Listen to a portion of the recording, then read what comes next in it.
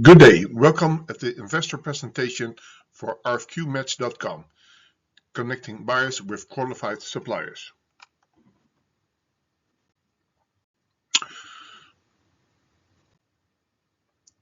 When you invest in RFQmatch.com, you're essentially betting on three major trends. The first is that the purchasing of virtually all goods and services will become highly automated and robotized.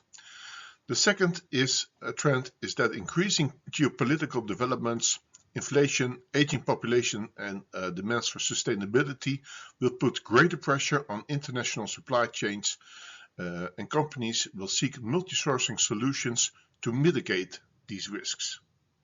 And the third trend is because B2B marketplaces are growing in importance. Currently, they are have a size of about $30 trillion per year globally, and the expectation is that that will grow to $60 trillion the coming years. Of course, markets like oil and energy are also involved, but also goods and services.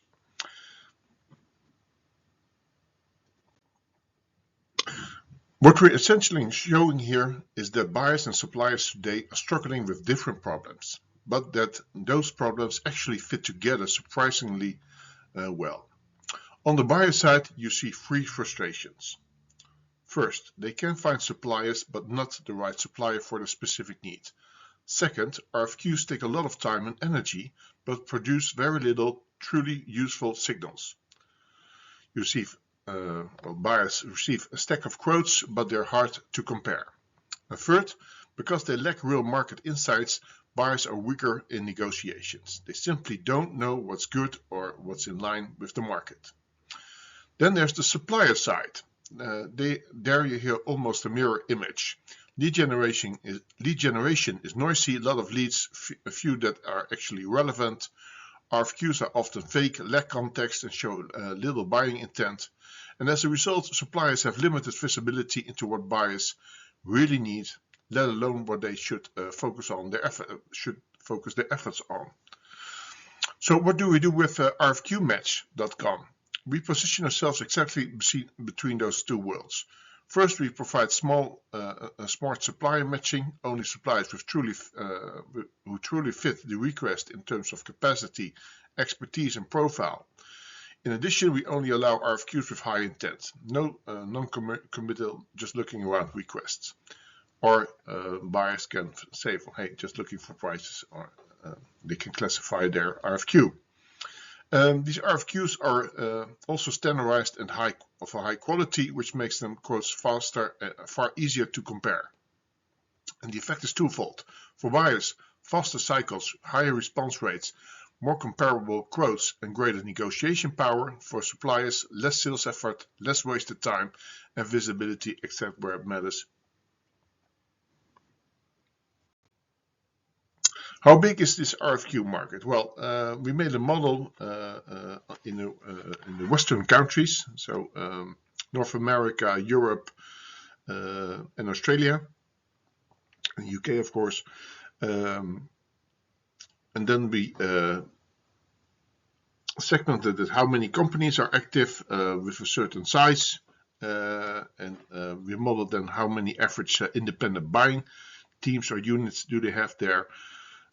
And from literature, we found out from how many RFQs do those buying units publish per year. Well, in totally in the market reserve, that's non-corporate, so it's SMB market, it's about 320 million RFQs per year in their, say, Western countries. How do they get their quotes at this moment, their RFQs? Because, of course, businesses already do businesses with each other. Well, it's for a large part, it's really unstructured. So it goes through email, sending clarifications like documents, Excel sheets, etc. Even phone and WhatsApp and Teams and that kind of channels are important, while only a small part goes through structured channels like marketplaces. Well, how does the business model of RFQmatch.com works? Well, every RFQ creates three new suppliers due to our data mining and AI agents who are looking for the correct potential suppliers. So we make a list of 15 businesses, we approach them through an automated channel, and we expect about 20%, 3 of those 15 will become a supplier for this RFQ. The buyer who publishes the RFQ gets 2 credits. What is a credit? That's a currency on our platform. We estimate that about 60% of both buyers and suppliers will stay on the platform, so they have a positive experience, and about 40% have, for one or the other reason, a negative experience, or they just were trying out. And they will come back later, a few months, a few years down the line. We know from the data published a few slides before that they have a lot of RFQs every year, well, we were on the defensive side, so we say they publish about an average of 2 RFQs per month. Now, and again, we have to look for 3 suppliers for every RFQ that gets published. Of course, until we have a certain size of the company, but that will be years, say 3 to 7 years down the line. But of course, more suppliers mean more revenue. But what we know from research is that I believe it was McKinsey or another report said that the optimum for the buyer is 8 suppliers. There they get up to 50% reduction in cost. So both from our revenue point of view as for the quality for the buyer, more suppliers per RFQ is really important. How do we price this business model? Well, most importantly, publishing RFQs is free, and buyers even get a small reward of 2 credits for publishing. And suppliers can create a free business profile in our business directory. That's our slowly in time we build in that way our own database of businesses, and they can list up to 250 products for free. Why not more products? Because there's a lot of cost involved in managing all those inventories.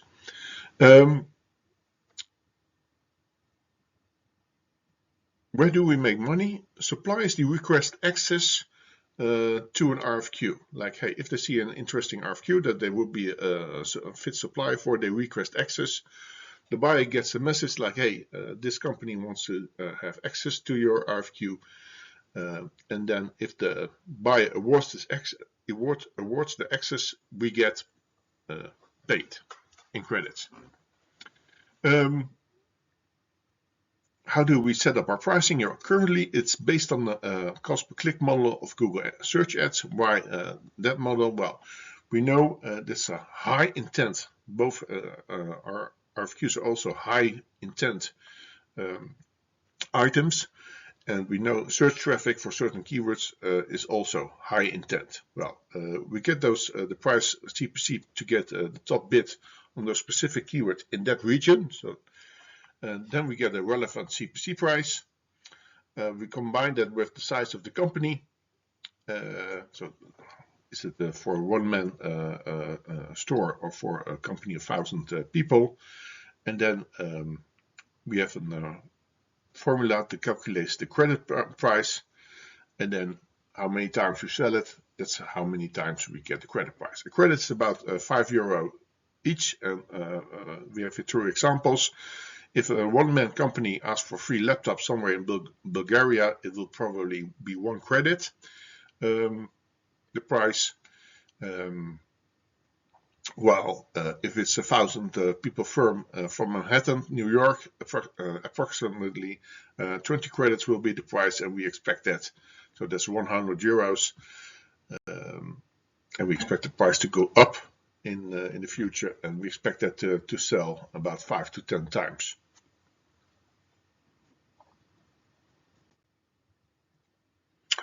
Well, we've made of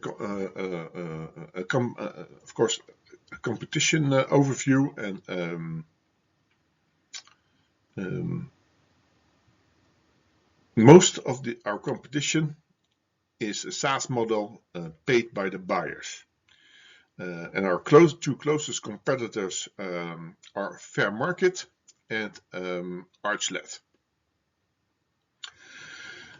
Furthermore, it's interesting to see that we already offer a lot of functionality, so that will be helping us in converting potential buyers and suppliers. And also what's very interesting is, well, there's a lot of funding in this market, and it's a very close market compared to, for example, the CRM or marketing automation SaaS market. Most prices are on request, so it's value-based pricing. And what's also very interesting, that relatively it's a very few users who are actually using the purchasement software compared to, for example, the CRM market, where all the sales team and all the internal organization mostly have access to the CRM. But how do we gonna sell this platform? Well, we have two strategies. The first is a reactive strategy based on search, geo, and other, say, inbound channels. And when an RFQ gets published, an automatic process with mini ABMs campaigns goes running with cold email, etc. And that's how we get the potential suppliers in.